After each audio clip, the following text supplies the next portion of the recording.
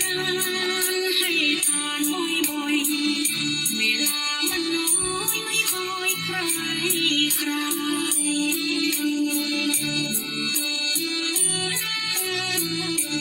ศรัทธาดีไม่มีพ้องใครยิ่งให้ยิ่งเมา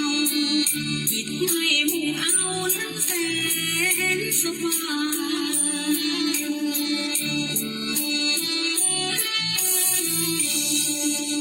เกิดมาทำไม่คิดจะให้แล้วมันจะได้อะไรเมื่อได้ใครคือได้ให้นั่นไงไม่เอาไม่หวังอะไร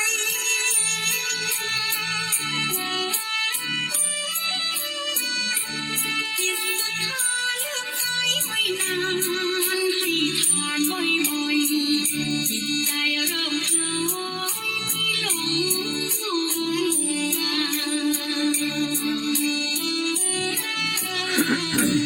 หัวโอเอชักช้ารำไร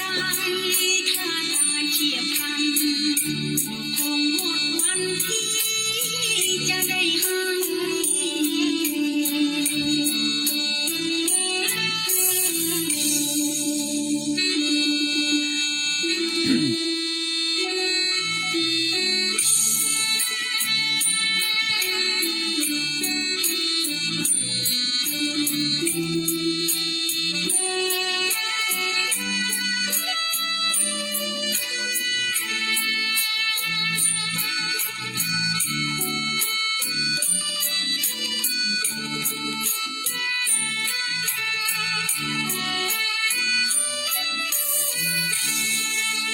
เกิ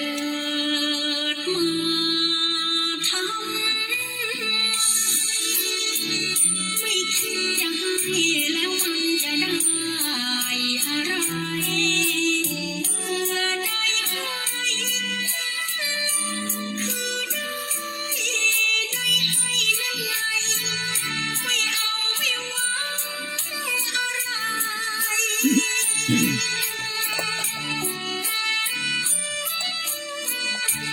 จิตศรัทธาเลื่อมใสไม่นานให้ทานบ่อยๆจิตใจเริ่มคล้อ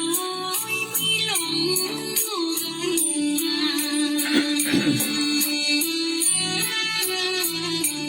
หัวโอเอชักช้ารำไร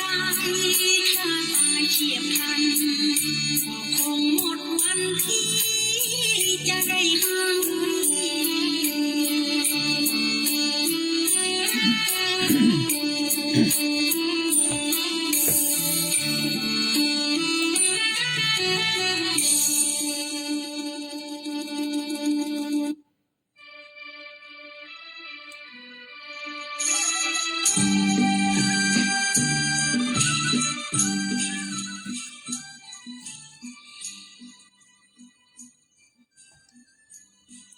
ความความสุขใครทุกคนชอบเจ้าเฝ้าวิ่งหาแกก็สุขฉันก็สุขทุกเวลาแต่ดูหน้าตาแห้งยังแคลงใจถ้าเฮาเผาตัณหาก็น่าสุขถ้ามันเผาเฮาก็สุขหรือเกรียมไม่เขาว่าสุขเนาะอย่าเห่อไปมันสุขเย็นหรือสุขไม่กันแน่เอ่ยขอความสุขสวัสดีจงบังเกิดมีแก่ท่านผู้ฟังแฟนรายการฟังสบายสไตล์วุฒิชาติทางคลื่นสถานีวิทยุท้องถิ่นจังหวัดเชียงใหม่คลื่นพระพุทธศาสนาและจริยธรรม FM 96.0 เมกะเฮิรตซ์อุปถัมภ์โดยมูลนิธิพระบรมธาตุเจ้าดอยสุเทพดำเนินรายการโดยผมปิณานวุฒิชาติคำปันขอบพระคุณพระเดชพระคุณหลวงพ่อพระธรรมเสนาบดีเจ้าอาวาสวัดพระบรมธาตุดอยสุเทพเจ้าคณะภาค7ประธานมูลนิธิ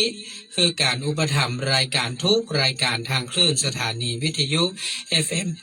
96 ขอบคุณท่านผู้อำนวยการคณะกรรมการบริหารเจ้าหน้าที่ควบคุมห้องส่งวัดดอยสุเทพท่านอาจารย์พระมหาประสิทธิ์ประสาธิโกขอบพระคุณท่านพระครูเจ้าอาวาสวัดหนองกายเจ้าหน้าที่ควบคุมห้องส่งวัดหนองกายทางคฤหัสถ์และบรรพชิตขอบคุณแฟนๆรายการที่ติดตามทั้ง2คลื่นสถานีและทาง Facebook ไลฟ์สดในขณะนี้เวลานี้มีคุณแม่ส้มก่อนแสงแล้วก็ภัยแฮม2ท่านนะเข้ามาติดตามยื้อฮื้อกำลังใจทาง Facebook นะครับก่อนอื่นก็ต้องขอบพระคุณนะครับทางท่านอาจารย์พระมหาประสิทธิ์นะที่ได้ดูแลรายการวันศุกร์ที่ผ่านมาโดยมีพระมหาจันทร์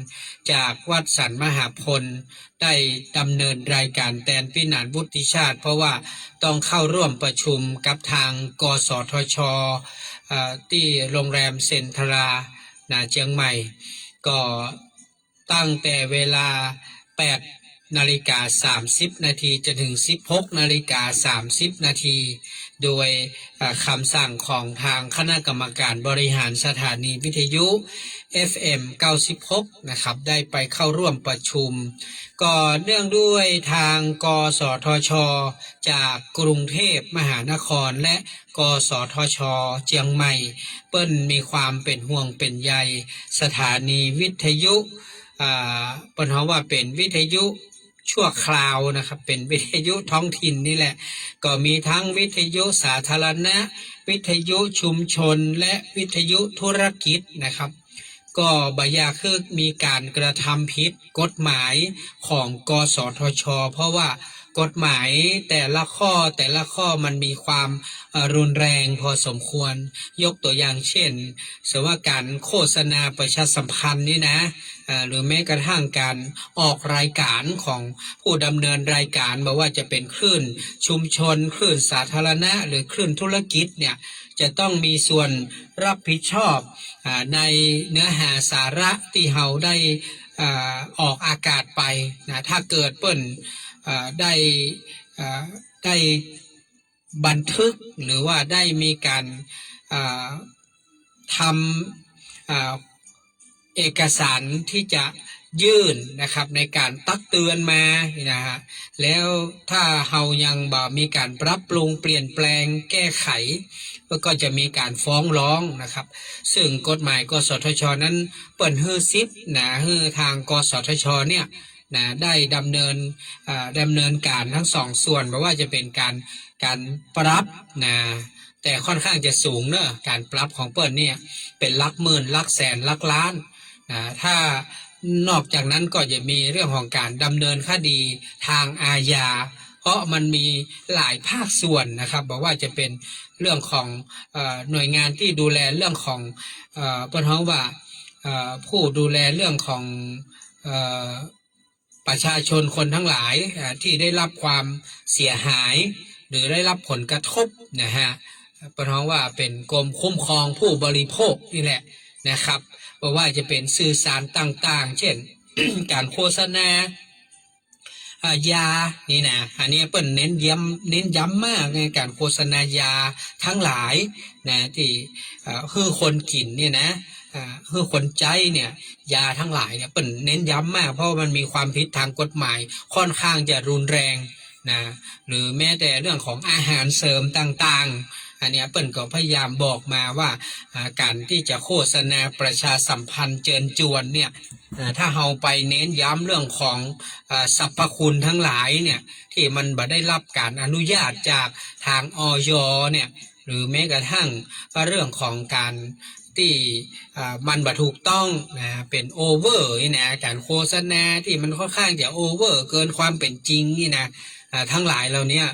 จับปรับสูงมากเป็นหลักแสนหลักล้านนะท่านผู้ฟังแล้วมีการดำเนินคดีทางอาญาโดยอันนี้เปิ้ลพยายามเน้นย้ำอย่างนี้โดยเฉพาะยิ่งสื่อที่เป็นสื่อธุรกิจเนี่ยอันนี้เปิ้ลต้องจำเป็นต้องมีโฆษณาวิทยุชุมชนก็ดีวิทยุสาธารณะก็ดีอันนี้เปิ้ลบ่ได้ให้เน้นย้ำเรื่องการโฆษณานะครับการโฆษณาก็คือการรับสื่อโฆษณาต่างๆเนี่ยนะครับเปิ้ลบ่ได้อนุญาตแบบนั้นฉะนั้นก็ สื่อวิทยุชุมชนและสาธารณะนี้ก็บริหารด้วยมูลนิธิก็ดีวัดวาอารามต่างๆหรือในส่วนของสมาคมต่างๆเนี่ยก็เปิ้นก็บ่ได้เอาเป็นเอาตายเรียกว่าอารุ่มอร่วยอยู่นะแต่ที่เปิ้นเน้นย้ำก็คือวิทยุที่เป็นสื่อสารทางธุรกิจอันนี้เปิ้นจะกลัวมากนะครับเพราะว่าบ่อยากคือทำผิดกฎหมายเพราะว่ามันไม่ใช่แค่โดนปรับหรือโดนดำเนินคดีมันจะต้องมีการระงับสถานีวิทยุนั้นๆบ่ให้ออกอากาศเป็นระยะเวลาต่อใด3 เดือน6 เดือน1 ปีกาหรือว่าอาจจะมีการสั่งยกเลิกก็คือบ่ต่อใบอนุญาตเพราะทุกวันนี้เราต้องมีการต่อใบอนุญาตทุกปีทุกปีนะครับเนี่ยเราถึงบอกว่าต้องมีค่าใช้จ่าย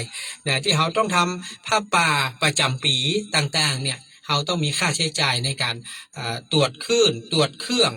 แล้วก็ต่อใบอนุญาตเนี่ยท่านผู้ฟังนี่มันคือความจำเป็นนะที่วิทยุชุมชนและวิทยุสาธารณะต้องมีวิธีการในการระดมทุนถ้ามาอ่านนี่เราก็บ่สามารถจะอยู่ได้ทุกวันนี้ทางมูลนิธิก็พยายามดูแลเรื่องของไฟฟ้าเรื่องของระบบต่างๆที่เราตั้งห้องส่งอยู่ที่วัดดอยสุเทพส่วนการตรวจคลื่นตรวจเครื่องตรวจเสาตรวจเรื่องมูนี้แล้วก็ส่งไปต่อใบอนุญาตในแต่ละปีเนี่ยมันจะต้องใช้เงินจากสถานีวิทยุคณะกรรมการผู้ดำเนินรายการแฟนรายการต้องช่วยกันอย่างเช่นเราจะมีกันทำบุญพระป่าปีละครั้งประมาณช่วงเดือนธันวาคมเนาะเดือนธันวาคมเนี่ยเราก็จะมีการทำบุญพระป่าสถานีอันเนี้ยเพื่อที่จะให้ปล่อยเม่เราได้มีส่วนร่วมในการช่วยเรื่องของทุนที่เราเอามาใช้จ่ายในแต่ละปีนะครับเงินเดือนเจ้าหน้าที่ที่ควบคุมที่บนห้องส่งดอยสุเทพก็ดีนะครับโน่นนี่นั่นที่มันมีขึ้นค่าอินเทอร์เน็ตก็ดีเนาะอันเนี้ยเราต้องแยกอินเทอร์เน็ตจากของดอยสุเทพนะเราต้องมีอินเทอร์เน็ตของเราเองนะครับอินเทอร์เน็ตก็ดีค่าเรื่องของเงินเดือนเจ้าหน้าที่ที่ดอยสุเทพอันนี้คือเป็นค่าใช้จ่ายค่าโน่นนี่นั่นที่มันลุมันเสียเนี่ยที่ดอยสุเทพนะห้องส่งนะต้องมีการซ่อมมีต้องการมีทางอย่างเมื่อที่ผ่านมานี่ก็พี่หนานเองก็ได้มอบแอร์ที่บ้านนะฮือกับห้องส่งวัดดอยสุเทพด้วยการอนุเคราะห์จากทางสถานีวิทยุคณะกรรมการบริหารได้มอบเงินคือพี่หนานเอาไว้เป็นก้าลื้อแอร์ที่บ้านทำความสะอาดล้างใส่น้ำยาแล้วเอาไปติดตั้งที่ดอยสุเทพเนี่ยมันก็เป็นค่าใช้จ่ายเช่นกันครับเพราะว่าแอร์เก่ามันใจมาเมินแล้วมันรู้ซ่อมมันก็บ่คุ้มพี่หนันก็เลยบริจาคแอร์ที่บ้านซึ่งก็ไม่ได้ใจเนาะเมื่อก่อนเราติดไว้ในห้องพระก็ยกคือเปิดก็ออกค่าใช้จ่ายให้พี่หนันก็บ่ต้องไปรับผิดชอบค่าใช้จ่ายเป็นแค่เจ้าของแอร์ที่บริจาคให้ทางสถานีคืออันอย่างที่เขาช่วยกันได้ท่านผู้ฟังเขาก็ช่วยกันอย่างที่ห้องส่งวัดอินทเขตนี่แอร์ก็ดีโน่นนี่นั่นเนี่ยอันนี้ก็ได้จากแฟนรายการที่ช่วยกันบริจาคทำให้เราก็คงลำบากในการที่จะบริหารจัดการอย่างทุกวันนี้พี่หนานต้องรับผิดชอบค่าอินเทอร์เน็ตเดือน600 กว่าบาทนะครับค่าไฟเดือนละ1,400 กว่าบาทแต่รวม2ตัวนี้ก็ตกอยู่ประมาณ2,000 ต่อเดือนนะครับก็ได้จากกองทุนที่เราทำผ้าป่าไว้ซึ่งก็ต้องจกมาใช้ทุกเดือนเพราะว่าเงินที่ญาติธรรมบริจาคนั้นมีประมาณสัก10 กว่าท่านเขาก็ได้เงินประมาณสักพันเนี่ยพันกว่าบาทพันน้อยๆให้นั้นเราต้องใช้เงินเดือนละ2,000 ป่ายเราก็ต้องดึงกองทุนมากองทุนก็มีมานักครับเงินมานักเราก็ดึงมาทุกเดือนนะฮะเราก็จะบริหารจัดการอย่างเงี้ยท่านผู้ฟังให้นั้นพี่หนานถึงบอกว่าทุกสิ่งทุกอย่างที่เราเนี่ยไปทำไปเนี่ยก็เพื่อการสนับสนุนนะครับในการดำเนินรายการต่างๆให้ผ่านพ้นไปแต่ละเดือนนะครับสวัสดีครับครับผมที่ของยายบัวเงินกะอ๋อได้โอ โอเคโอเคขอบคุณนะครับขอบคุณแม่บัวเงินนะป้อเท่าพงษ์บุญชัยพร้อมด้วยลูกหลานนะครับก็ได้โอนค่าเดินทางไปตาลเตียนด้วยกันวันที่5 กรกฎาคมนี้ แล้วก็ได้โอนเงินก้าร่มก้าผ้าอาบน้ำฝนแล้วก็ร่วมตานเตียนโดยก็รวมแล้วเป็น1,000 บาทก็อนุโมทนากับไอ้พรตรีบุญชัยเนอร์ที่เป็นธุระในการโอนสตางค์เข้ามามีเรื่องเล่าให้ฟังหน่อยหนึ่งท่านผู้ฟังจะเชื่อก็จะเชื่อบ่เชื่อกันแล้วแต่นะมันเป็นความเห็นส่วนตัวนะครับเมื่อท่านผู้ฟังจะจำได้ว่าเมื่อวันที่11 มิถุนายนที่ผ่านมาท่านจำได้เนาะพี่นันได้เป็นตัวแทนพ่อแม่ญาติธรรมไปตักบาตรงานวันเกิดครูบาที่ขวางอนุสาวรีย์ครูบาเจ้าศรีวิชัยเนาะวันนั้นนะรวมกับทางวัดศรีโสดาคณะกรรมการบริหารงานครูบาที่เปิ่นจัดขึ้นมีท่านนายอำเภอเมืองเชียงใหม่มาเป็นประธานวันนั้นนะเราก็ได้ไปทำบุญตักบาตรเสร็จแล้วของกินของทานมันยังเหลือพี่นานก็เลยนำไปทำบุญที่วัดน้ำบ่อหลวงต่อนะครับแล้ววันนั้นก็ได้เจอกับแม่ชีกับแม่ครูแพรพันธ์ซึ่งเป็นแม่ชีที่บวชตั้งแต่อายุ17-18นะครับท่านก็อยู่มาจนถึงกระทั่งทุกวันนี้ก็80 ปลายละนะท่านอยู่ในผ้าขาวมานะเมื่อนานนะตั้งแต่อายุ17-18ตั้งแต่เป็นสาวน้อยจนกระทั่งทุกวันนี้ท่านก็มีอายุ80 ปลายแล้วนะครับก็เรียกว่าอยู่ในใต้ร่มเงาของพระพุทธศาสนามาก็น่าจะ60 ปีนะประมาณ60 ปีแล้วที่ท่านอยู่มาท่านได้เล่าให้พี่นานฟังว่าเกิดพายุลมแรงเนาะปัดเอาแท้งน้ำนะเป็นแท้งใหญ่ๆมันเป็นต้อนะครับแล้วมันล่มลงไปที่บ่อน้ำโบราณที่วัดน้ำบ่อหลวงมันจะมีบ่อน้ำอยู่3 บ่อถ้าท่านผู้ฟังไปเนี่ยท่านจะเห็นว่ามันมีบ่อน้ำ3 บ่อบ่อน้ำที่เป็นบ่อน้ำโบราณเนี่ยมันจะอยู่แจ้งของกำแพงอยู่หลังโบสถ์นะหลังโบสถ์เก่ามันจะมีอยู่มุมหนึ่งนั่นเป็นบ่อน้ำโบราณอายุร่วมเป็น1,000 ปีนะครับเป็นที่มาที่ไปของวัดน้ำบ่อหลวงของเฮานี่แหละแล้วก็มีบ่อที่อยู่ติดศาลาดาดฟ้านั่นแห่งบ่อหนึ่งแล้วก็มีบ่อที่เพิ่นสร้างขึ้นมาบ่อใหม่อยู่ตั้งแน่วัดนั่นแห่งบ่อหนึ่งซ้ายมือบางคนจะคิดว่านั่นเป็นบ่อโบราณใช่นะนั่นเพิ่นเจ้าบ้านเพิ่นสร้างขึ้นมาทีหลังเพื่อเป็นที่รับน้ำเวลาฝนมันตกเมื่อก่อนมันมีกำแพงน้ำเป็นป่านะน้ำจะไหลมาเนาะมันก็จะมาลงที่บ่อนั้นแหละแล้วเจ้าบ้านก็จะเอาน้ำจำบ่อเนี้ยไปใช้นะครับเนี่ยแต่บ่อข้างในนำเป็นบ่อโบราณเมื่อต่อน้ำแท้งใหญ่ๆเนี่ยแล้วมันล่มลงไปทำให้บ่อน้ำโบราณเกิดความเสียหายมันก็พังไปเพิกหนึ่งนะครับก็คือดินโบราณนะดินเก่าๆมันก็แตกร้าวไปล่มไปทางวัดก็เลยมีการจ้างแม่โคมาขุดนะเพิกตังตะวันออกเฉียงเหนือนะตะวันออกเฉียงเหนือเนี่ยมันล่มนะครับเป็นหูใหญ่เลยเพิ่นก็ขุดลงไปจนถึงลุ่มพุ่นแล้วเพิ่นก็เอาดินกี่ขึ้นไปก่อขึ้นมาจนถึงข้างบนแล้วมีการปรับปรุงพื้นที่ด้านบนนะครับซึ่งมันบ่เสร็จเนื่องจากเปิ้นงบประมาณบ่มีงบประมาณนั้นได้ตามหน้าบุญที่เปิ้นฮื้อมาก็บ่เสร็จทีนี้แม่ชีก็เลยบอกฮื้อพี่นานว่าพี่นานถ้ามีญาติโยมผู้ใจบุญท่านใดที่อยากจะร่วมกันบูรณะบ่อน้ำโบราณอายุร่วมเป็น1,000 ปีปุ้นนะก็มาร่วมได้เนอะเพราะว่าต้องการปัจจัยไปซื้อปูนหินดินทรายแล้วก็เป็นค่าแรงของศาลาทีนี้พี่นันก็มากึดว่าแล้วเราจะไปบอกจะใดก็หลังจากวันที่11มาก็คิดในใจแต่ว่าเอาไว้มีโอกาสแล้วก็ก้อยมาอู้ทีนี้ก็บ่มีโอกาสมันลืมไปเลยนะลืมไปเลยเพราะว่าวันนั้นเปิ้นอู้เรื่องงานส่งน้ำพระธาตุส่งน้ำกูอาทิครูบาเปิ้นจะมีวันที่15 16 17นะครับเนาะ15 16 17นี่เปิ้นเอาฮื้อพี่นันมานี่แล้วก็18ตอนเช้าเปิ้นก็จะทำบุญแล้วก็อัญเชิญพ ระธาตุเข้าสู่ที่เก็บนะครับฉะนั้นงานก็จะมีเริ่มวันที่15ก็คือเมื่อตะวานี้ก็คือวันติด15วันติด16วันจันทร์17อังคารแล้วเพื่อก็จะอัญเชิญน้ำสงฆ์เนี่ยเข้าสู่ที่เก็บที่ไว้วันที่18ตอนเกิงวันนะครับฉะนั้นการแห่น้ำขมิ้นส้มปล่อยนะจากหัววัดสาธุชนทั้งหลายก็จะมีตะวาก็คือ15นะครับ9โมงเกิงไปจนถึง2ทุ่มแล้วก็16วันนี้ก็เช่นเดียวกัน9โมงเกิงถึง2ทุ่ม17ก็9โมงเกิงถึง2ทุ่มพระเมตศรัทธาสาธุชนท่านใดที่อยู่แถวห่างดงสันปะตองแม่วางหรือละปูนที่เคารพนับถือในตนตัวของครูบาเจ้าอินทจักรรักษาวัดน้ำบ่อหลวงซึ่งแม้แต่หลวงปู่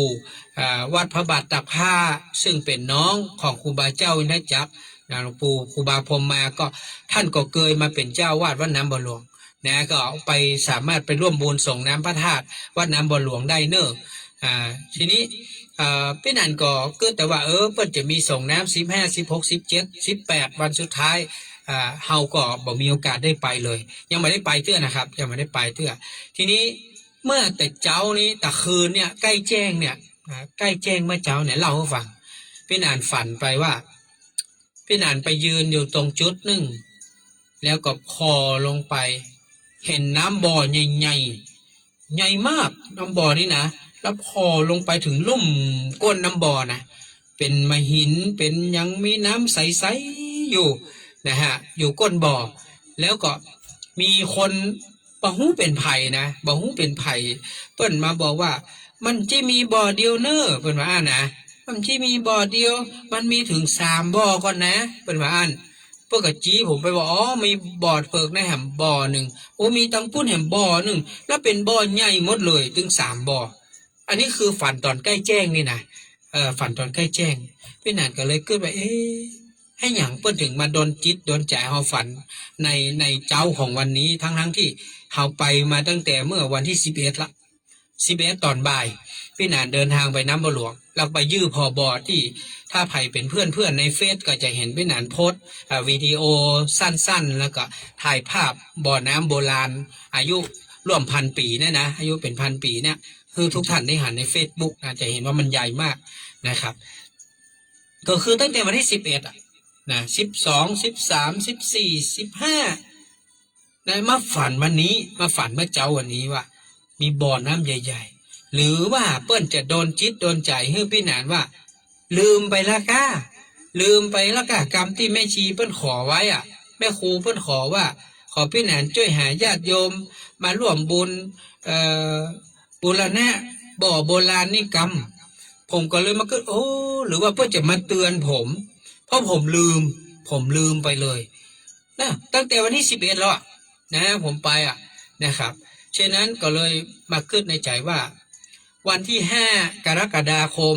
พี่นานจะไปตานเตียนพรรษา8วัดวัดพระบาทตากผ้าวัดพระบาทผาหนามวัดบ้านปางวัดพระบาทห้วยต้มวัดพระธาตุเจ้าสีจอมตองและวัดน้ำบ่อหลวงวัดบ้านฟ้อนแล้วก็มาปิดท้ายวัดสะดือเมืองพี่นันจะไปวันที่8วัดนะครับแล้ว1ใน8วัดก็คือวัดน้ำบ่อหลวงนะพี่นันก็เลยคิดในใจว่าเอาเดี๋ยวพี่นันจะตั้งต้นผ้าป่าแอมเข้าไปผ้าป่านี้พี่นันจะยกคือกับการบูรณะบ่อน้ำโบราณอายุเป็น1,000 ปีปล่อยแม่ท่านใดที่อยากจะร่วมบุญโดยพี่นานนะวันที่5กรกฎาเนี่ยพี่นานจะมีพระป่า1ต้นที่จะเอาไปตานที่วัดน้ำบ่อหลวงเพื่อมอบให้กับทางแม่ครูได้ไปว่าจ้างศาลา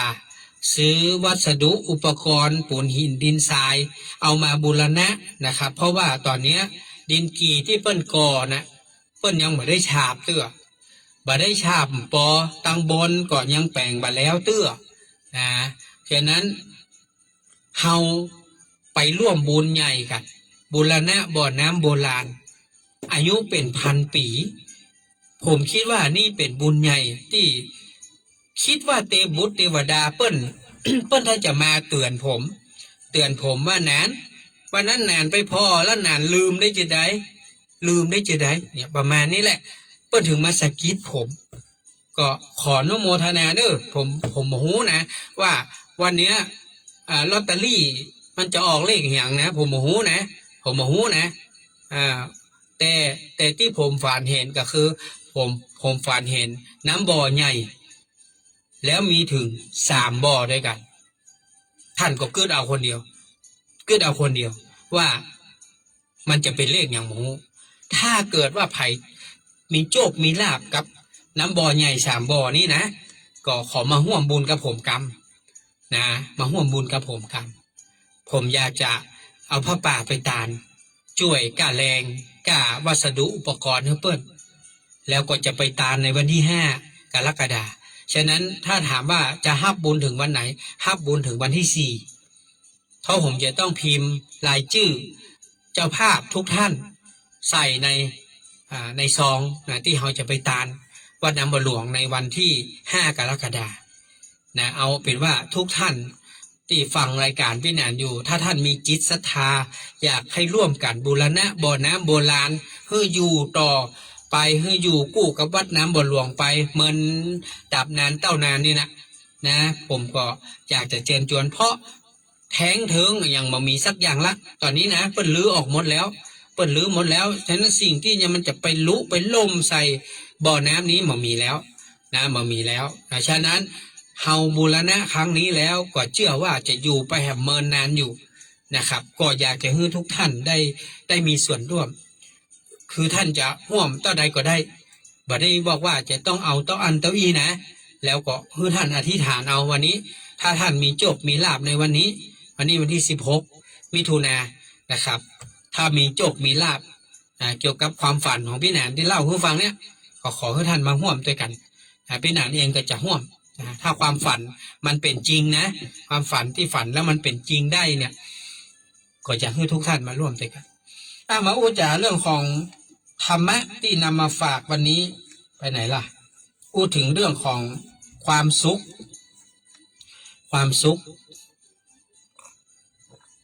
ก่อนอู้ถึงเรื่องความสุขก็ขอบคุณก่อนอนุโมทนาสำหรับท่านที่นำปัจจัยมาฝากนะครับคุณแม่ทับทีมน้อยใจแม่ทิพน้อยคุณสุทินสุขยอดได้นำปัจจัยมาร่วมบุญกับทางวัดเจ็ดลินวันที่22นี้จำนวน500 บาทพี่หนานได้รับเรียบร้อยแล้วก็คุณปัทมพรชาญสุทธิกุลพร้อมครอบครัว100 บาทอันนี้บอกว่าที่เจ็ดลินก่อแล้วก็มีที่เปิ้ลได้ร่วมบุญกับพี่หนานวุฒิชาติมาก็คือ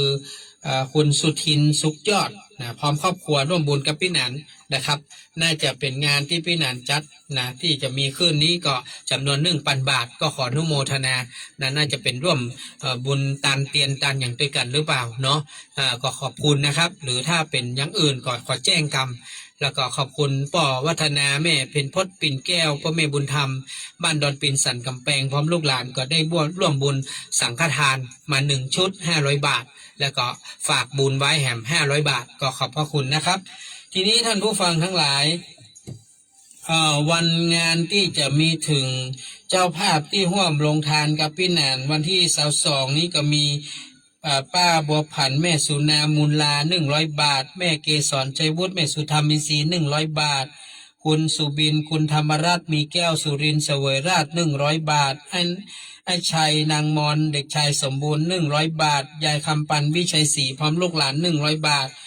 คุณป้อพัฒนาแม่เพ็ญพจน์ปิ่นแก้วพร้อมลูกหลาน100 บาทอันนี้เป็นการร่วมทำบุญลงทานนะครับส่วนเจ้าภาพที่ร่วมบุญในส่วนของการเทศน์การธรรมกับพระอาจารย์พระมหาวิษณุวัดเจ็ดตินก็พี่หนานวุฒิชาติพร้อมด้วยภรรยาลูกหลานคุณย่าปราณีประดิษฐ์สุวรรณพร้อมลูกหลานเหลนคุณพี่ชลิดาเอกชัยพัฒนกุลพร้อมครอบครัวและลูกหลานคุณพี่สุบินแล้วก็ไอ้ธรรมรัตน์มีแก้วไอ้สุรินทร์เสวยราชคุณยายระพีพันธ์อินล็อกฟองพร้อมลูกหลานป่อวัฒนาแม่เป็นพจน์ปิ่นแก้วพร้อมลูกหลานแม่บวงเงินพ่อเท่าพงบุญชัยพร้อมลูกหลานแม่อุ้ยพัดเงินถาพร้อมลูกหลานคุณป้าบัวผันแม่สุนามูลลา คุณพี่นันชิงชัยน้องละเย็นสั่งการพร้อมบุตรธิดาแม่เกศรชัยวุฒิแม่สุธามินทรีย์แม่กิมเฮงแซ่เย่าคุณชัยยุทธผู้สว่างพ่อวิเชียนชัยคำพร้อมลูกหลานแม่วันดีอินทาเขียวพร้อมลูกหลานแม่ขันดีอินทาเขียวพร้อมลูกหลานแม่จดป่ออโนไทยน้องคิรินสุขโขนายชายนางมอนเด็กชายสมบูรณ์นะฮะอันนี้ก็ขอบคุณนะครับที่ร่วมบุญงานท่านอาจารย์พระมหาวิษณุเป็นการเทศน์การธรรมเพื่อจะมีเทศน์มีสวดนะครับเพื่อกับท่านอาจารย์พระมหาวิษณุนะครับเป็นหอสวดพระพุทธมนต์นะครับในการอุทิศกุศลผลบุญมีการถวายผ้าบางสกุลนะอันนี้ก็วันที่22มิถุนายนตั้งแต่9 โมงเกิงเนาะไปจนถึงเที่ยงวันอันนี้ใครจะไปร่วมก็เชิญได้นะครับวันที่22มิถุนายนที่จะถึงนี้ที่วัดอินทขินมันตรงกับวันที่วัดเจริญสุมาเตอร์ตรงกับวันอาทิตย์เนอะวันอาทิตย์ที่22มิถุนายนนะครับเดียวก็หลังจากนั้นก็ประมาณวันที่22สิงหาเนาะสิงหาก็จะครบ100 วันนะครับเนอะก็จะทำบุญกันรอบหนึ่งอันนี้ก็ฝากกับทุกท่านส่วนวันที่5พี่นันก็จะไปตานเตียนนะครับก็มีเจ้าภาพครบแล้วนะครับเจ้าภาพในส่วนของ7 วัดวัดที่8นั้นวัดอินทขินเขาเป็นเจ้าภาพรวมนะครับเนาะแล้วก็ในส่วนของผ้าอาบน้ำฝนก็150 บาทเป็นผ้าสบงโทเลนะครับสามารถใจนุ่งใจอย่างได้แล้วก็ร่มอันละ150 บาทซึ่งก็ใครอยากกันร่วมได้นะฮะพี่นันก็ไปต่อรองเพิ่นจริงมัน199 บาทพี่นันขอ150ใครอยากจะร่วมตานร่มUV 2 ชั้นเนาะอันใหญ่ๆเลยคือตัวเจ้าเพิ่นได้ใจกันแล้วก็เรื่องของการตานสังฆทานที่เฮายังขาดเจ้าภาพอยู่แห่งประมาณ6 เจ้าเนาะ6 วัดเนี่ยเฮาได้2ละมีคุณปี้สิริกรจันทรศิริน้องนลินน้องตะวันพจนาคือมา1 ชุดนะครับ500 บาทแล้วก็ป้อวัฒนาแม่เพ็ญพจน์ปิ่นแก้วพร้อมลูกหลาน1 ชุด500 บาทตอนนี้ค้างแห่ง6 วัดนะครับยังไม่มีเจ้าภาพสังฆทานชุดละ500 บาทจะเป็นสังฆทานยานะครับเนอะสังฆทานยาดังนั้นไผ่ที่ใครห่วมก็แจ้งเข้ามาได้จะตานผ้าตานร่มตานเตียนด้วยกันก็ได้เนอะเป็นก้านน้ำก้าไฟช่วยวัดก็ได้เพราะว่าเอาไปแต่ละวัดนั้นก็อยากจะทำบุญให้มันไข่เพราะว่าจะเป็นตานเตียน1 กู้เนาะพร้อมขาตานผ้าตานร่มนะครับตานเรื่องของสังฆทานตานเรื่องก้านน้ำก้าไฟนะครับใครที่มีส่วนร่วมได้ก็เชิญชวนกันแล้วกันพี่นันจะฮับบุญตึกวันที่4 กรกฎาคมเนอะพอวันที่5พี่นันจะต้องเดินทางไปตั้งแต่เช้านะครับตั้งแต่เช้ารถน่าจะออกจากเวียงเชียงใหม่บ่เกิน7 โมงนะ7 โมงเช้าเขาน่าจะออกละนะครับก็ต้องไป8 วัดนะสวัสดีครับ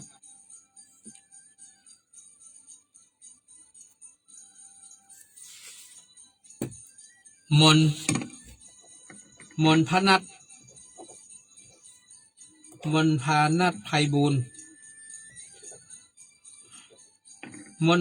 มนทาเหรอเดี๋ยวมอม้าแล้วอะไรนอหนูต่อเต่ากะลันพอสำเภาสระอานัดนอนเนมหันากาถอฐานไพบูลย์มนพานัทไพบูลย์สังฆทาน1 ชุดเนาะ500 บาทนะได้จ้ะขอบคุณนะครับคุณแม่เพ็ญพจน์ปิ่นแก้วแจ้งมาว่ามีคุณมนพานัทไพบูลย์พร้อมครอบครัวเนาะได้เมตตารับบุญในส่วนสังฆทานนะครับ1 ชุดนะ500 บาทอนุโมทนาเนอพอดีเฮาขาดแฮม6 วัดนะที่มันมีสังฆทานยาก็ขอบคุณนะครับการทำบุญก็จะทำให้เฮานั้นมีความสุขนะกายสบายใจการตานยุกตานยาก็จะได้บ่เจ็บบ่ป่วยเนาะการตานเตียนก็เป็นการให้แสงสว่างนำทางชีวิตของเฮาให้ได้ผ่านพ้นปัญหาอุปสรรคให้เข้าถึงมรรคถึงผลอันนี้ส่งนะการให้ตานเตียนเนี่ยเป็นการให้แสงสว่างนะครับให้สายตาของเฮานั้นสว่างให้เฮามีปัญญา การตานร่มก็ได้ช่วยกันปกป้องคุ้มครองรักษานะครับบ่ฮือถูกฝนถูกแดดเนาะก็ช่วยกันกั้นช่วยกันเกิงสิ่งที่บ่ดีบ่ฮือเกิดขึ้นกับเฮาการตานผ้านุ่งผ้าห่มนี่โอ้จะได้มีผ้านุ่งผ้าห่มแพรพันที่ดีงามใส่สวัสดีครับ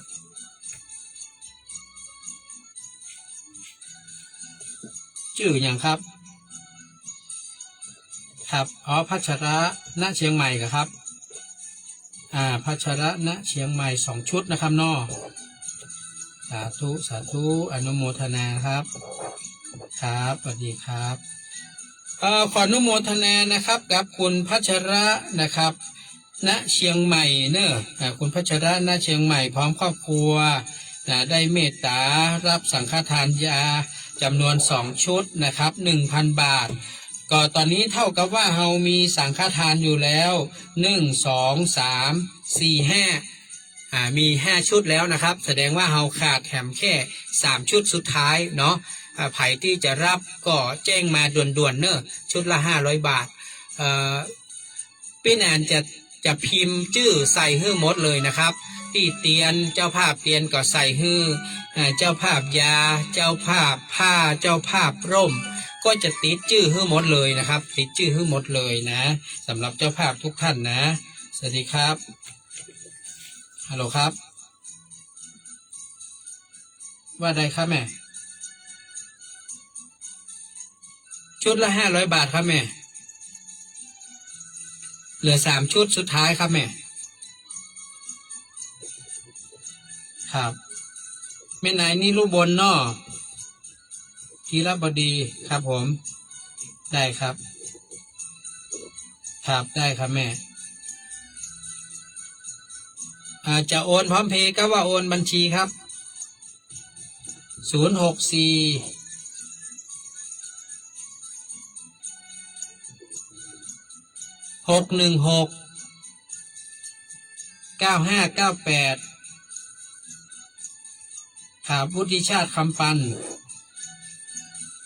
ครับแม่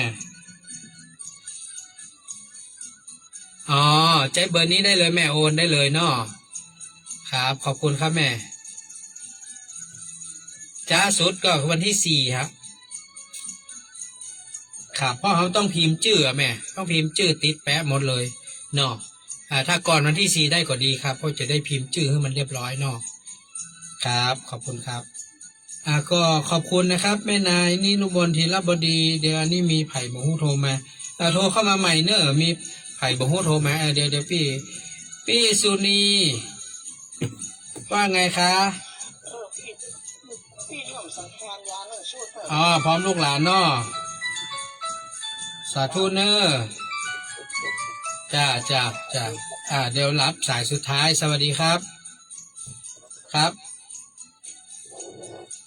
เจ้าแม่เรียบร้อยแล้วเนาะครับได้ครับแม่ขอบคุณครับครับสวัสดีครับขอบคุณนะครับตอนนี้ก็คือคุณพี่สุนีกองบุญรับมาอีก1 ชุดนะครับพร้อมลูกหลานแล้วก็มีแม่นายนิรุมนธีรบดีนะครับได้เมตตารับแล้ว1 ชุดก็ค้างชุดสุดท้ายนะครับเนอะชุดสุดท้ายพี่สุนีบอกว่า500 บาทเนาะครับผมถูกต้องครับพี่500 บาทก็เหลือชุดสุดท้ายเนอะใครจะห้าก็ห้าเหียนะเพราะหมดเวลาแล้วก็บ่ห้าเพิ่มแล้วนะครับเพราะว่าทุกอย่างเราเอาตามกำหนดที่เราต้องการต่อใดก็เอาต่ออันนะครับเกินกว่านั้นก็บ่รับแล้วนะครับฉะนั้นก็เอาเป็นว่าชุดสุดท้าย500 บาทไผ่ท่านใดจะเป็นเจ้าภาพเจ้าของก็แจ้งมาด่วนๆเลยเนอะถ้าเต็มแล้วก็จบฉะนั้นท่านผู้ฟังทั้งหลายคนเฮาทุกคนเนี่ยแบบมีใครที่อยากจะพบปะกับความทุกข์นะ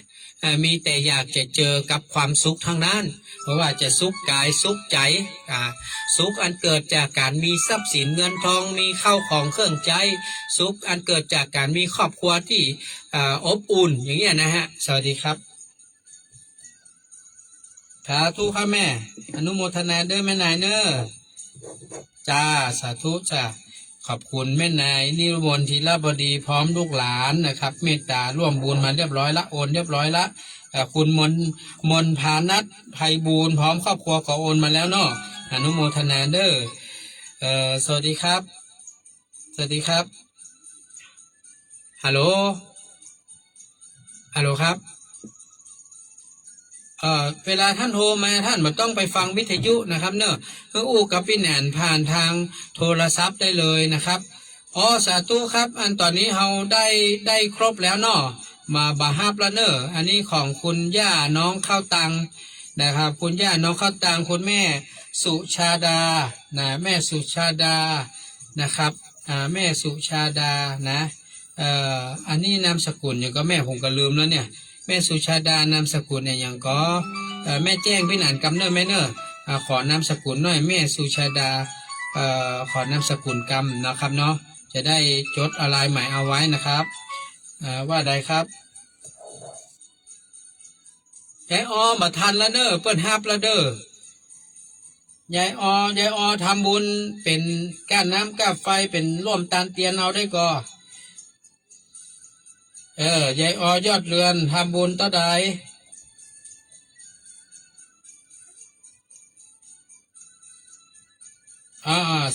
เอา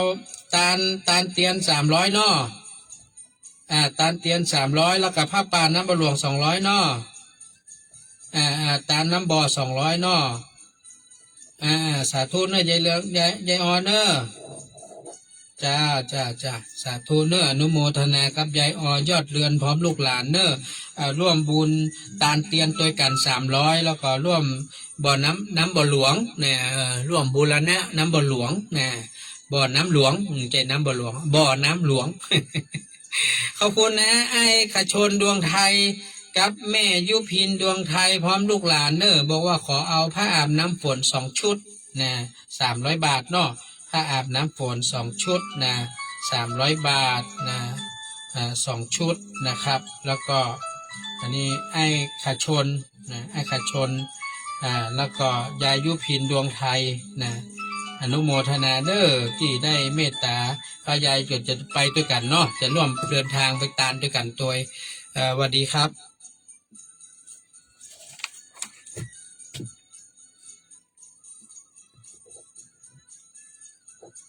ครับ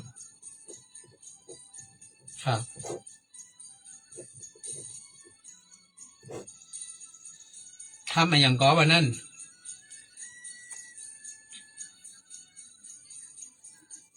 ทำ2 อย่าง100อ่ะได้เดี๋ยวลงฮื้อนอก็ขอบคุณนะครับฮัลโหลครับฮัลโหลสายรุดไปเดี๋ยวก็เอาใหม่แม่อำพรประมวลการเปิ้นฝากร่วมบุญตานผ้าตานร่มเนาะร่ม150 บาทนะครับร่ม150 บาทผ้ากะเนาะผ้า150 บาทตานเตียน100เนาะไม่เนาะอนุโมทนาเด้อท่านผู้ฟังครับเดี๋ยวอู้จ่ากันขอบคุณฮะคุณพี่ก้อยนะ พี่ก้อยวันนั้นก็ไปเจอกันที่ประชุมกสทชเนาะพี่ก้อยเนาะขอบคุณนักครับนะที่เข้ามายื่นให้กำลังใจทาง Facebook พี่นานขอบคุณพี่กุลนิพากันทจันเนอร์สวัสดีครับค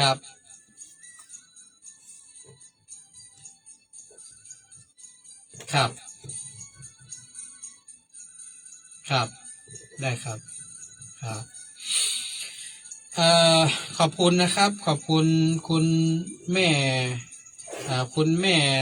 ยายสุภานะยายสุภาอุปนันท์บอกว่าขอหอมบูรณะบ่อน้ำนะครับ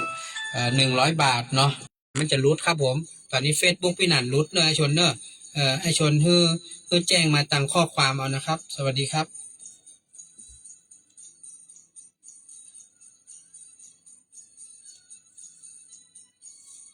เทียน100แล้วก็น้ำไฟที่ไปนะ100เนาะร่ม150เนาะรวมเป็น450350เนาะ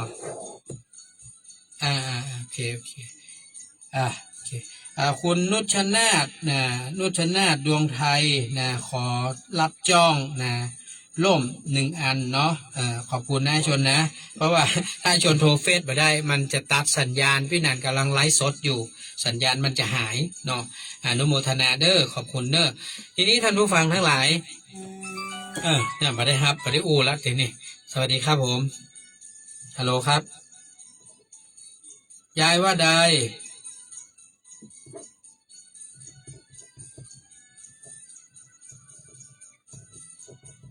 แล้วยายใด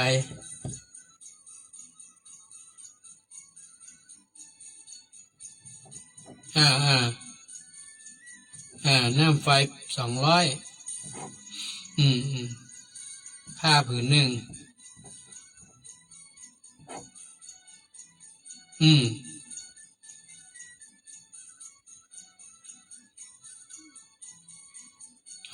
บ่อหลวงนะบ่อหลวง150เนาะสาธุอนุโมทนาเนอะไม่วิเนอะเจ้าสาธุเนอะครับอนุโมทนานะครับกับคุณยายแม่วิจันคำแต่งบุญนะพร้อมลูกหลานก็บอกว่าขอร่วมบุญตานน้ำไฟ200เนอะ8 วัตต์แล้วก็ผ้า150แล้วก็บูรณะน้ำบ่อ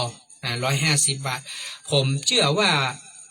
คนใดก็แล้วแต่ที่ได้ร่วมบูรณะน้ำบ่อหลวงนี่นะบ่อน้ำหลวงนี่นะบ่อน้ำโบราณนี่เด้อผมว่าท่านได้บุญใหญ่เพราะมันไม่ค่อยมีบ่อน้ำอายุเป็น1,000 ปีนี่ที่เขาช่วยกันบูรณะแล้วมันปิกมาอยู่ในสภาพที่สมบูรณ์หรือว่าสามารถที่จะอยู่ไปเมินต่อไปในอนาคตแถมหมูกี่ปีเนาะเพราะเพิ่นอยู่มาเป็น1,000 ปีคือมันไม่ใช่ว่าจะได้บูรณะนะเพราะว่าปกติแล้วเพิ่นบ่บูรณะหรอกครับเพราะว่าบ่อน้ำเก่าอย่างนี้มันเป็นบ่อน้ำที่มันอยู่มาเมินตั้งแต่เจ้นไหนหมูคนกี่เจ้นกี่จาดกับหมูเขากับหมูเนาะเขาก็เคยหันนะสวัสดีครับบูรณะน้ำบ่อเหรอโอ้สาธุนะอนุโมทนานี่บุญใหญ่นะพี่เปิ้ลนะเนี่ยไม่มีโอกาสนะเนี่ยเนาะสาธุนะสาธุครับก็อายุเป็น1,000 ปีแล้วพี่เขาอยู่ที่นั่นน่ะเพราะว่าวัดน้ำบ่อหลวงนี่อายุ1,000 กว่าปี1,000 กว่าปีแล้วบ่อน้ำนี่เขาอยู่กับวัดนี่มาตั้งนานแล้วไงตั้งนานแล้วสาธุนะจ้าสาธุจ้าขอบคุณเนอะพี่เปิ้ลนะพี่เปิ้ลสิริกรจันทรศิริน้องนลินน้องตะวันพจนาถก็บอกว่าขอร่วมบูรณะบ่อน้ำตัวเนอร์แล้วก็มีคุณสายฝนฮาดทักวงนะก็พร้อมครอบครัวเนาะก็บอกว่าขอร่วมบูรณะตัวเนอร์พี่นันเนอร์นะบูรณะน้ำบ่อน้ำเนี่ยเนาะสาธุเนอร์พี่สายฝนฮาดทักวงเนอร์อันนี้เงินเข้ามาเรียบร้อยละเดี๋ยวขออนุญาตสวัสดีครับผมสาธุอนุโมทนาอายุพันปีเด้อ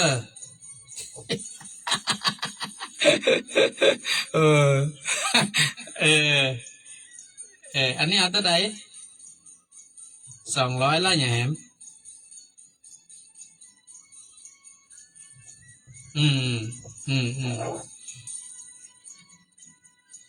วันละแจ้งมั่นกำเนอสาธุเนอก็อนุโมทนานะครับคุณพี่สายฝนฮาดทักวงเนาะทำบุญบ่อน้ำก็คือบุรณะบ่อน้ำนี่แหละก็พี่นันเชื่อว่าเปิ้นมีเทพบุตรเทวดาดูแลรักษาถ้ามาอันเปิ้นก็คงพอมาโดนจิตโดนใจให้พี่นันฝัน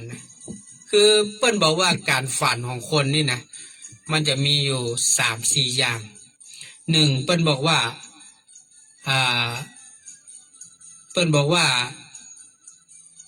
เป็นลางสังหรณ์นะลางสังหรณ์นี่มันก็เป็นเปิ้นว่าอย่างเทพเนี่ยเปิ้นมาบอกเขาเทพเทวดาเนี่ยเปิ้นมาบอกเขาเปิ้นมาบอกมาเตือนเขานะหรือว่าเขาคิดนักแต่ที่จริงถ้าผมว่าคิดนักผมก็ต้องฝันตั้งแต่วันแรกๆละ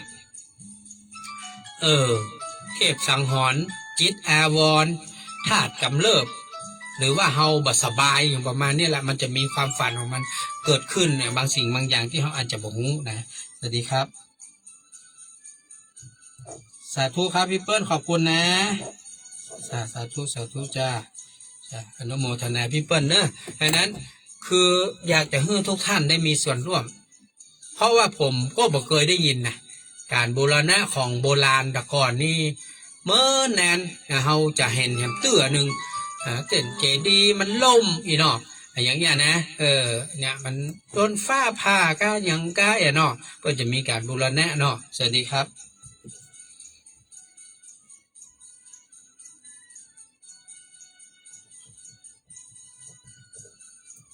โอ้สาธุเนอะขอบคุณนะแม่เนอะจ้าสาธุเนอะสาธุได้สาธุจ้าอนุโมทนาเด้อสวัสดีครับว่าใดครับน้องพัดตังยังก็สุภรัตน์เนาะเดี๋ยวเนอะผมใช้นามสกุลเดี๋ยวแม่ดวงสุดที่รับสังฆทานยาไหมกับแม่เดี๋ยวมันจะคนเดี๋ยวเนี่ยผมไปเขียนผิดเดี๋ยวกันแม่ดวงสุดาสุภรัตน์เนาะดวงสุดาสุภรัตน์นะ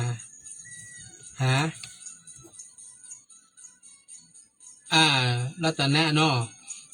สังฆทานยา1 ชุดนะแม่เนาะน่าจะรู้พร้อมลูกหลานเนาะได้สาธุอนุโมทนาได้แม่ได้สาธุจ้าได้แม่อนุโมทนาได้แม่เนอะครับสาธุครับแม่ขอบพระคุณครับขอบคุณนะครับคุณแม่ดวงสุดาสุภรัตน์พร้อมด้วยครอบครัวลูกหลานเนอะได้เมตตาสังฆทานยามา500 บาทนะตอนนี้เราได้ครบแล้วเนอะสังฆทานเราบ่5แล้วเนอะเราได้ครบแล้วขอบคุณคุณพานุวัฒน์เนอะเพราะว่าจะร่วมทำบุญบ่อน้ำนะครับบูรณะบ่อน้ำเนาะ200 บาทสาธุเนอะอนุโมทนาขอบคุณมากๆก็ใครที่ได้รับบุญแล้วก็โอนมาก็แจ้งกับเนอะพี่นันจะได้จดอะไรหมายเอาไว้โอ้ดีใจมากเลยวันนี้ว่ามาเล่าความฝันให้ฟังส่วนความฝันนั้นมันจะเป็นตัวเลขหรือมันจะเป็นมาใจตัวเลขก็แล้วแต่นะพี่แนนก็หูหรอกนะพี่แนนก็คิดแต่ในใจว่าเมื่อเปิ้นมาเข้าฝันแบบนี้มาฮึ่เฮาฝันแบบนี้ก็แสดงว่าเปิ้นอยากจะฮึ่เฮาเนี่ยนะไปร่วมบุญนะทางเทพบุตรเทวดาก็ดีเฮาก็บ่ฮู้เนาะแม่ชีก็บ่ฮู้เพราะว่าแม่ชีแม่ครูเนี่ยเปิ้นปฏิบัติมาตลอดนะครับเปิ้นอยู่กับครูบาเจ้าอินทจักรรักษามาตั้งแต่เป็นแม่ชีน้อยแม่ชีสาวนะเพิ่นก็อยู่มาตลอดนะครับตั้งแต่อายุ18ตอนนี้80ปลายแล้วท่านผู้ฟังอยู่ในวัดน้ำบัวหลวงมานี่น่าจะมาดำเกือบ60 ปีแล้วมั้งแม่ชีนะเพิ่นอยู่มาตั้งเมื่อนานนะตั้งแต่เป็นแม่ชีสาวจนเป็นแม่ชีเท่านะทุกวันนี้นะวันนั้นถามแม่ชีมีกี่แม่ชีเหลือเท่าใดนี่เหลือ6-7 คนพี่นะแต่ก่อนนี่เยอะกะบัดเดี๋ยวผมค่อยมีสมัยผมบวชเป็นด้วยเจ้าวัดน้ำบัวหลวงแม่ชีมีเป็น30บัดเดี๋ยวนี้ไม่ค่อยมีละเพราะว่าการหาเงินหาทองมาเลี้ยงเนี่ยมันลำบากสมัยตะก่อนนะแม่ครูเปิ้นไปหั่นไปนี่ได้เนาะเปิ้นมีลูกศิษย์ลูกหาอยู่ต่างอำเภอต่างจังหวัดนักนะเพราะเปิ้นสอนกรรมฐานตัวเปิ้นสอนอภิธรรมตัวนะก็เปิ้นก็สามารถไปยื้อไปหาญาติโยมลูกศิษย์ลูกหาเปิ้นตอนหลังนี้เปิ้นอายุนักแล้วตอนทุกวันนี้ก็80ปลายเปิ้นไปไหนมาไหนบ่ค่อยสะดวกละนะฮะวันนั้นผมไปกินไปทานกับเปิ้นก็โอ้อำนวยอวยพรให้ญาติธรรมเจ้าภาพทุกท่านมีความสุขมีความเจริญมุ่งมา่ปรารถนาสิ่งใดก็อธิษฐานเนาะเนอเปิ้นว่านะยังได้ไปแจกละอ่อนแหมนะวันนั้นไปแจกขนมละอ่อนแหมนะครอบครัวใส่บาตรเนี่ย ได้บุญหลายต่อนะก็ขอบคุณทุกท่านเลยที่ได้ร่วมบุญกันดังนั้นความสุขก็เป็นสิ่งที่เราขวัญขวายใฝ่หาไผ่เบอร์ขอยากไปเจอความทุกข์หรอกทุกคนก็อยากจะเจอความทุกข์สุขอยากจะมีเงินมีทองมีกินมีใจอยากจะมีครอบครัวที่อบอุ่นอยากจะมีสุขภาพพรรณนามัยสมบูรณ์แข็งแรงแต่ว่าเนี่ยผมมีโอกาสได้ไปนั่งอู้กับพ่อแม่บุญธรรมที่บ้านดอนปีนพอดีทำแกงแคข้าวคั่วไก่นะ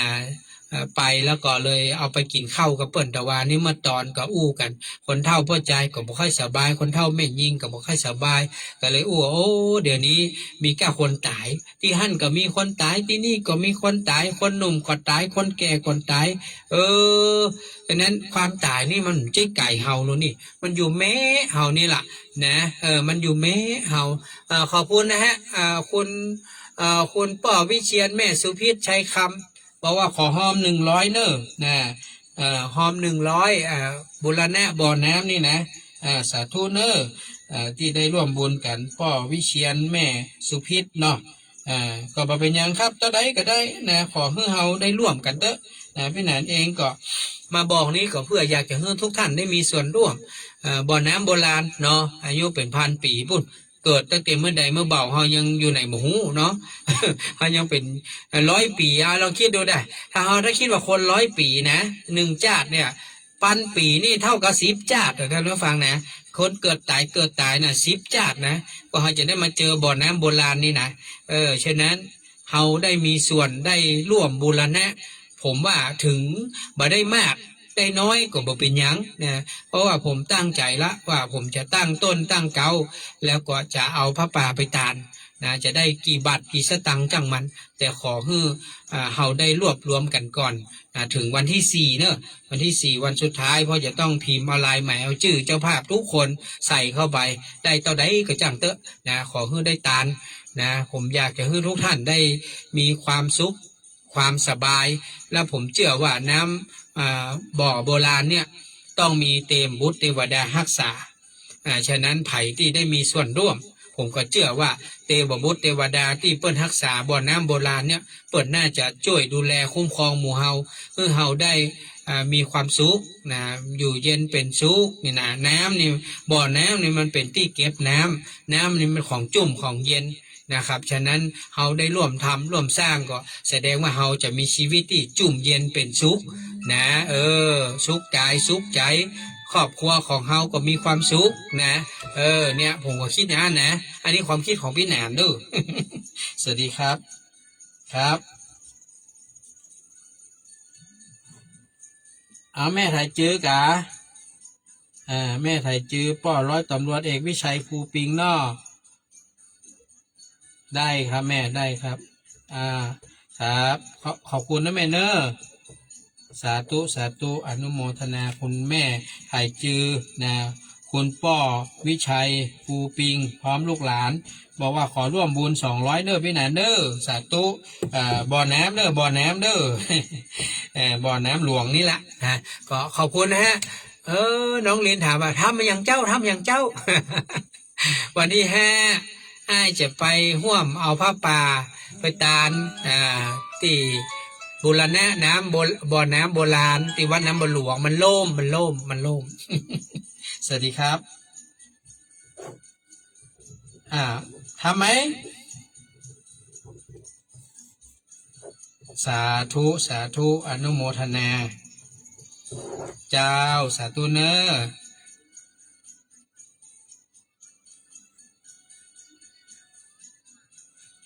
มันไม่เห็นมีนะในนั้นอ่ะมันเป็นที่อื่นก้ามันเป็นที่อื่นก้าตรงนี้ไม่ได้หอมนี่ยังมาเห็นมีรายชื่อนะมันเป็นครั้งที่แล้วหรือเปล่าครั้งที่แล้วน่ะครั้งที่แล้วได้ทำครั้งนี้ยัง50 วันยังเราไปดูเนอะอนุโมทนาเนอะคุณอารีสดับนะบอกว่าขอร่วมบูรณะบ่อน้ำตัว100เพราะว่าเฮาคิดว่ามันคุ้มเฮาได้ร่วมบูรณะน้ำบ่อโบราณนี่เนาะมันคุ้มก่อคุ้มเนาะก็อยู่มาเป็น1,000 ปีเนาะแล้วเฮาบูรณะเตื้อนี้ปุ๊บ เพื่อก็อยู่ต่อไปแหมกู้กับวัดน้ำบ่หลวงไปแหมบ่ฮู้กี่สิบปีกี่ร้อยปีเฮาหมูเนาะเพราะว่ามันเป็นของโบราณนะเปิ้นบอกว่าสมัยเมื่อเปิ้นมาเจอบ่อน้ำนี้ครั้งแรกเนี่ยก่อนที่เปิ้นจะมาเป็นวัดน้ำบ่หลวงเนี่ยวัดนารามน้ำบ่หลวงเนี่ยนะครับมันมีโครงกระดูกงัวกระดูกควายที่มันตกลงไปตายอะในบ่อน้ำเนี่ยเปิ้นก็ช่วยกันนะลงไปนะเก็บลงไปทำความสะอาดบ่อน้ำเนี่ยเนาะแล้วก็ทำให้บ่อน้ำเนี่ยปิกมาสวยงามใสสะอาดเหมือนเดิมแล้วที่น้ำบ่อหลวงนี่เปิ้นมีน้ำบ่อทิพย์ตัวเนอะเปิ้นมีน้ำบ่อทิพย์ตัวนะมีน้ำบ่อทิพย์ตัวไผ่ไปเตอะน้ำบ่อหลวงนี่ไปพอเตอะเพื่อจะมีน้ำบ่อทิพย์นะก็มีคนชอบไปตากเอามานะเอามากินพ่องเอามาสละสลงพระพ่องพระพุทธรูปนะเวลาที่เขาเดือนจีปีใหม่จะมีคนมานะมาร่วมกันอนุโมทนากับคุณนางสาวนรีกุลคำวังพึกษ์ตัวเนอบอกว่าขอร่วมตัวเนอพี่แหนนบุรณะบ่อน้ำโบราณนี่นะก็จำนวน200 บาทสาธุบ่อน้ำโตว่ะเป็นวันบ่อน้ำโตบ่อหลวงบ่อโตนี่นะเนาะสาธุน้องลีนเราได้5 กรกฎาคมแม่น5 กรกฎาคมก็วันที่เขาไปตานเตียนนั่นแหละน้องนะเขาไปตานเตียนเนี่ยวัดน้ำบ่อหลวงนี่มันจะเป็นวัดที่6เนาะเขาจะลวดตานพระป่าตัวเนอะพระป่าแม่ครูมาฮับแม่ชีแม่ครูแพรพันธ์จะเป็นคนฮับปัจจัยตรงนี้เพื่อเอาไปว่าจ้างศาลาเอาไปซื้อวัสดุอุปกรณ์ที่จะมาบูรณะต่อเพราะว่าตั้งลุ่มเนี่ยเปิ้นยังไม่ได้ฉาบเตื้อยังไม่ได้ฉาบเตื้อดูตรงที่เปิ้นเอาดินกีก่อขึ้นมายังไม่ได้ฉาบเตื้อก็ต้องฉาบดินกีกะแล้วก็ตั้งบนก็ยังต้องเทต้องอย่างให้มันเรียบร้อยนะให้มันสะอาดเนาะนี่แหละอนุโมทนาเนอะที่ได้ไถ่ถามมาคุณแม่สุจิตาสังฆทานมันครบแล้วนะแม่เนอร์มันฮับบ่ได้แล้วครับมันเต็มนะแม่เนอร์พี่นานขอสุแม่เนอร์มันเต็มละเพราะว่าพี่นานตั้งสัจจะวาจานะว่าถ้ามันเต็มแล้วบ่ฮับนะแม่เนอร์แม่ต้องเอาออกเป็นตาลเตียนตาลหยังตาลผ้าตาลยาตาลผ้าตาลผ้าตาลร่มไปนะแม่เนาะตาลผ้าแห่พื้นตาลร่มแห่พื้นก็300ตาลเตียนเห็ด200ก็ได้แม่เพราะว่าเขาจะได้คำว่าตาลเตียนในที่นั้นก็คือตาลก้าน้ำก้าไฟ8 วัดนะแม่เนาะถ้าแม่ตาลมันก็จะวัดรับ20 กว่าบาทเนาะได้ก็286ได้อยู่20 กว่าบาทได้อยู่แม่เขาจะมาเฉลี่ยเนอะถ้าแม่ตาลมา200ก็จะมาเฉลี่ยวัดเราใดวัดละ20 กว่าบาทนี่นะอย่างเงี้ยก็แม่ก็จะได้ตาลกู้วัดเลยนะตาลเตียนกันน้ำกาไฟทุกวัดแล้วก็ลวดตาลผ้าตาลล่มตัวนะก็ได้เนื้อไม่เนื้อแต่ว่าสังฆทานพี่หนานมาห้ามละคือพี่หนานบอกแล้วมันเป็นสัจจะวาจาคือครบก็คือครบนะครบแล้วก็มาห้ามเพิ่มเหมือนเขาห้ามเตียนนะห้ามเตียนทั้งหมด7 ชุดนะก็คือครบแล้วมีเจ้าภาพหมดแล้วเขามาห้ามเขามีวัดรวมด้านนะวัดที่8เขาก็ห้ามอยู่นะครับสวัสดีครับ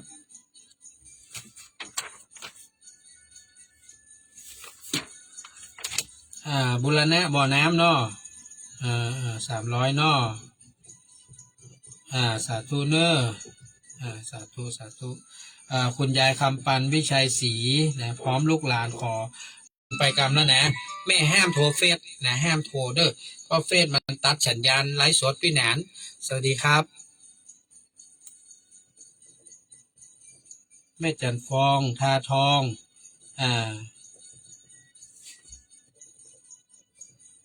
ผ้า1 ชุด150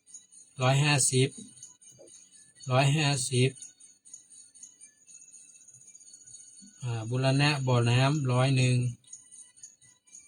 น้ำไฟ100ตาลเตียน100โอเคครับแม่ขอบคุณนะแม่เนอร์จ้าสาธุเนอร์ขอบคุณนะครับฮัลโหลครับฮัลโหลแม่นแล้วครับ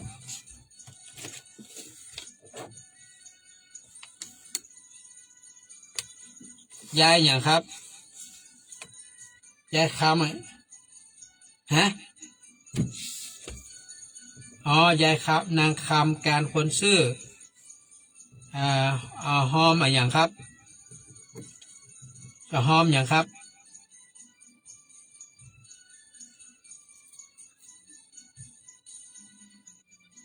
อ๋อบูรณะบ่อน้ำกะ200นอฮึโอนพร้อมเพย์หรือว่าโอนบัญชีพร้อมเพย์ปะพร้อมเพย์มันง่ายดี064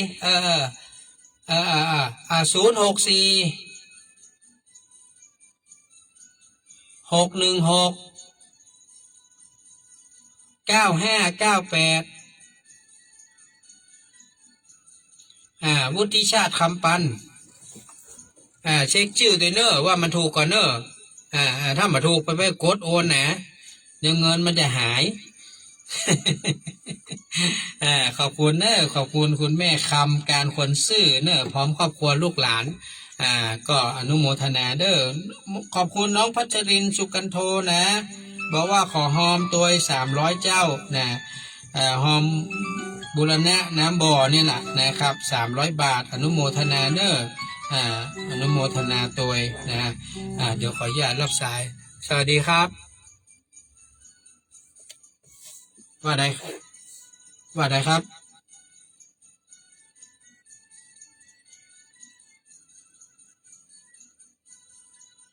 มีไหนผมไม่ได้ไปน้ำบ่หลวงอย่างแม่ผมจัดรายการอยู่ครับ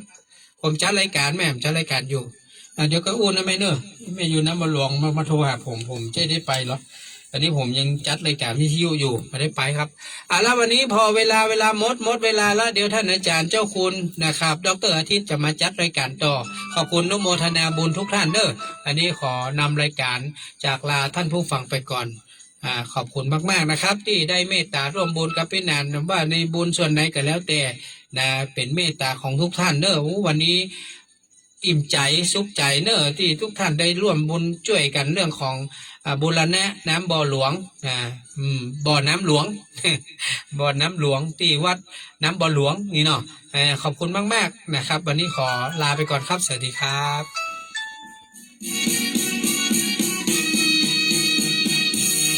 อะไรครับอย่างครับ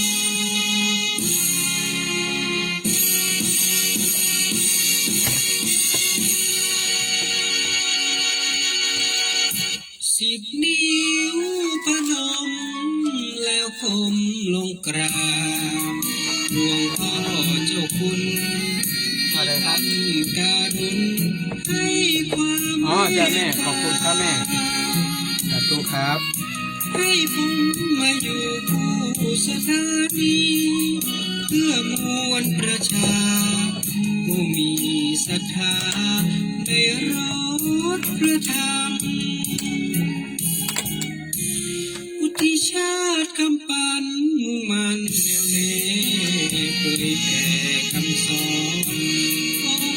ชินวรตรัสจริง